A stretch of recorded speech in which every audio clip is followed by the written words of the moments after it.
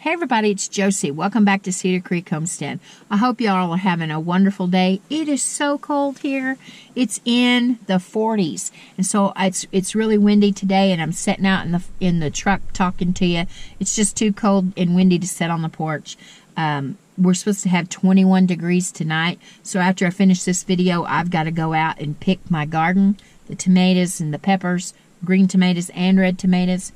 Not concerned about the cow peas and the purple hull peas and all of that, because I've let them dry on the vine and they'll be fine. I'll just have to pick them later. But it is supposed to be really cold tonight for the next few days, and then it's supposed to warm back up daytime temperatures into the low to mid 80s. And so we're excited about that. We got some wonderful rain Saturday. It poured rain here in my area, and I'm sorry if you didn't receive any, but we did get some rain, a couple of rounds of hail, and we're thankful for that. It's not, the creek's not running, and it didn't fill up all the ponds, but it helped, and we're thankful for what we did get. Today I had some chores to do out in the pasture. I'm learning, I use that term very loosely, learning to build fence, and so I drove some fence posts. I'm going to have to bend the ears of some people that know what they're talking about on stringing the barbed wire. I've watched Howie do it, I don't know how many times, but actually hands-on doing it myself, I've not done that. But anyway, while I was out in the pasture working with the cows and getting them up in here and watering them and doing all that with them, I did notice that there's some green pasture. Don't know how long that pasture will last, because like I said, it's supposed to be 21 degrees tonight. Usually the grass goes dormant, and so we'll just see what happens. But I was thinking about getting a pebble in my shoe. Today, while I was out there working, I threw on just a little pair of cheap tennis shoes. I got them at one of the big box stores. Didn't pay a whole lot of money for them, and they don't have much of a sole. They're kind of like Keds, but just off-brand of them. And you feel every little rock that you step on. You don't even have to have a pebble in your shoe. You just step on them, and they just hurt your feet. Now, when I was a kid, I was barefooted all the time, and my feet were tough, and I could just walk out across there, and it wouldn't make any difference at all. But as the older I get, it seems like my feet get a little bit more tender. Truthfully, I don't have shoes on a lot when I'm in the house, but outside I do have my shoes on.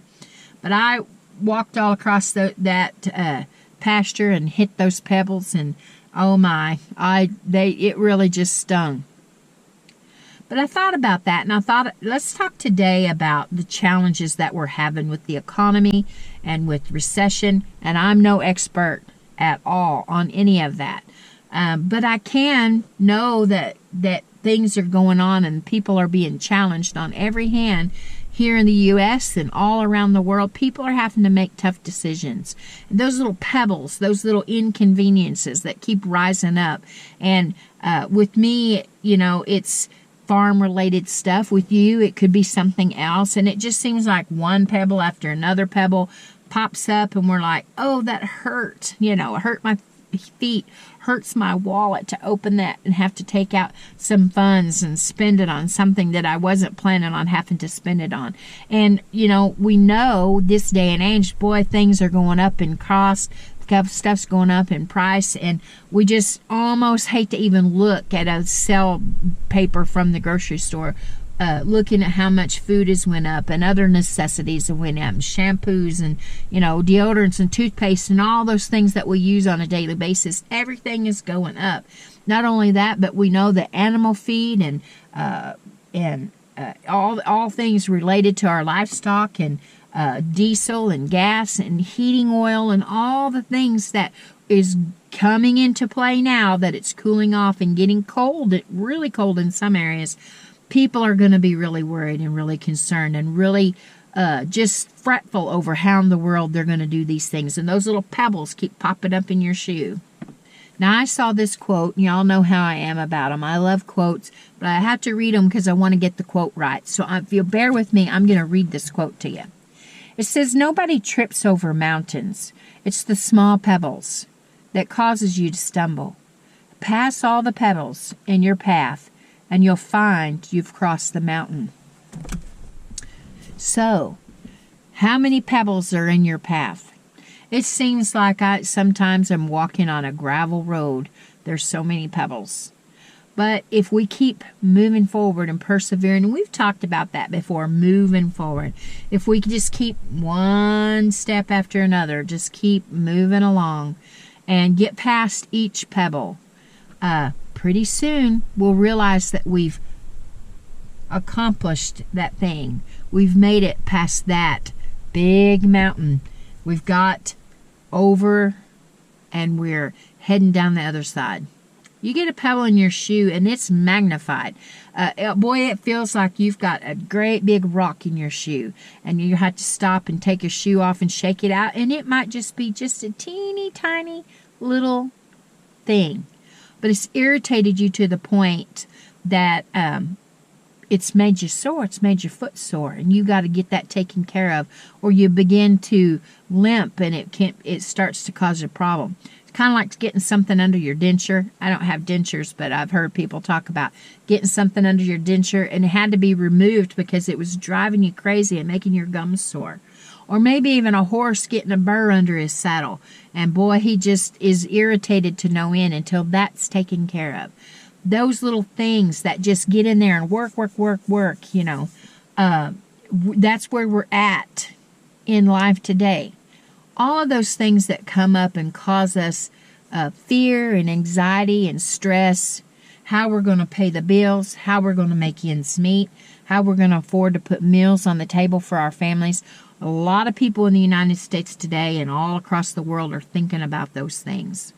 You know, we've been blessed for a very long time, and we're still blessed, very blessed.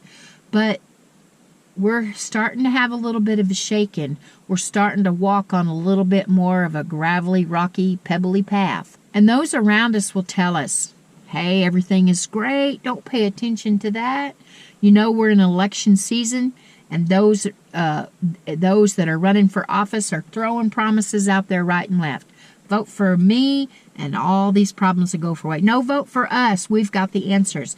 But we all know that there's not any fairy godmother that we go to bed with all of these pebbles in our shoe, pebbles in our way, and wake up in the next morning and the paths are paved just as smooth and clear and possible. We know that that's not real. And the political season has got a lot of people pulling at their hair saying, I can't wait till it's over.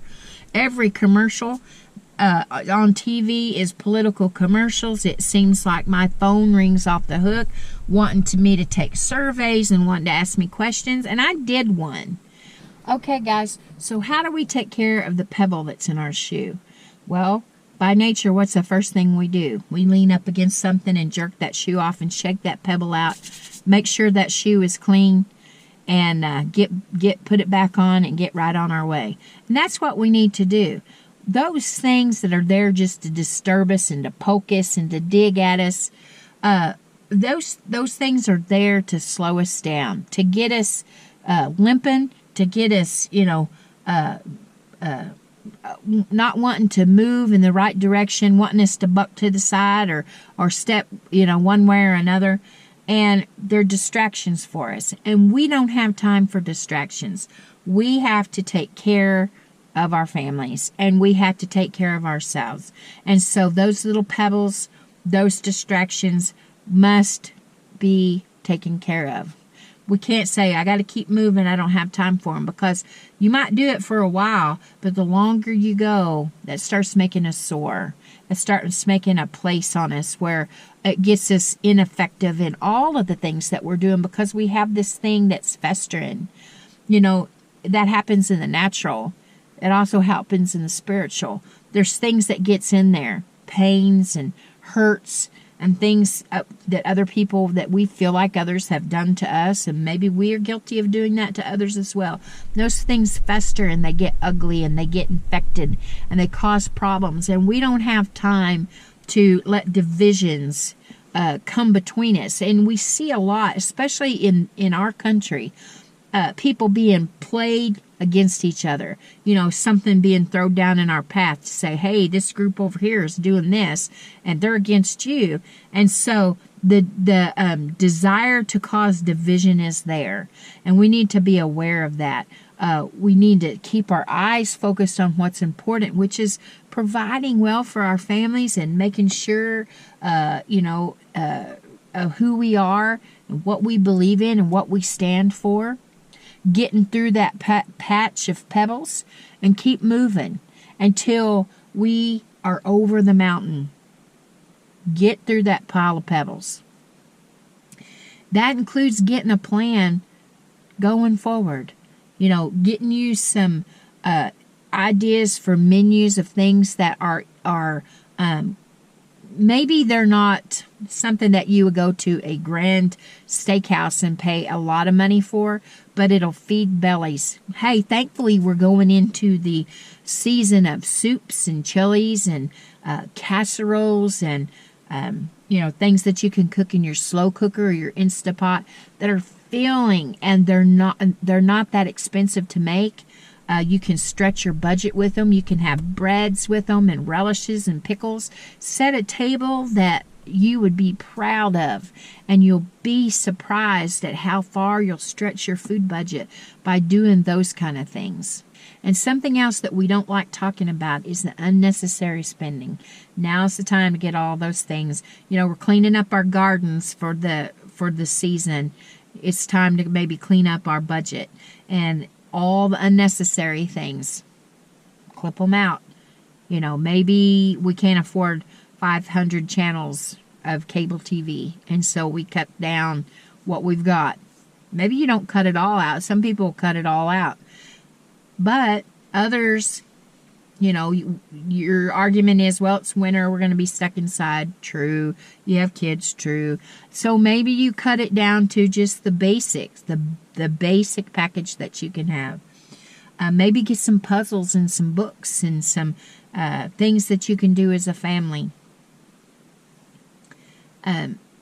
Maybe you don't go out and eat so much. Maybe you say for the next however long, we're going to set a goal to eat at home and plan our meals around the things that we have. You'll be surprised how much money you'll save. Now, I always feel bad on that one because I know people own restaurants and people, have little cafes and things, and I always feel bad about saying, don't go out and eat so much. But there are people that eat out all the time, and you'll save a lot of money if you make things at home. If you pack your kids' lunches for school, make homemade cookies. Learn to make bread. Now, I'll tell you one more thing and I'll quit meddling. The camera today is sitting on a box of ramen noodles. Now, ramen noodles is what? The famous thing to get kids through college. They're pretty cheap. You can get 12 packages in a little box for probably about $3 now. And I know what people are going to say, ramen noodles are so bad for you, or cup of noodle, or whatever brand it is that you have. But and it comes with that little seasoning packet, and it's loaded with sodium. I know that. But there are recipes, and I'm gonna put some recipes on here of using those packets of ramen noodles. Put the little seed packet aside and use your own seasonings, your own vegetables, and your own meats, and you can make a family meal, delicious family meal, for not a whole lot of money. Let the ingenuity of those that came before us begin to flow in us again.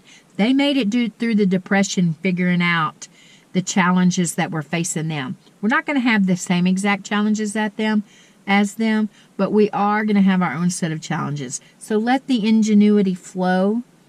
Don't be afraid to do something different than you've always done. I think I've probably shared this with you guys before, but when my granny and grandpa got married, right around in the early 40s, maybe in the mid 40s, when they first got married, they used tomato crates as furniture. So channel the ingenuity of those that came before you. And we'll be able to make it through the pebbles. Don't let those pebbles stay in your shoe and fester your feet. Get rid of them. Get work through the challenges, and we won't trip over the mountains. We'll make it through. Keep your faith. Till next time, guys, this is Josie. I love you. I really do. Keep looking well to the ways of your household. Try to find some new ideas and ways to stretch your budgets. Share with me some of your ideas. Maybe you have an idea that I haven't implemented. I'm sure you do, because there's a whole lot of smart people out there that you can share with me, and maybe I can implement it in my family. Until next time, guys, we're gone.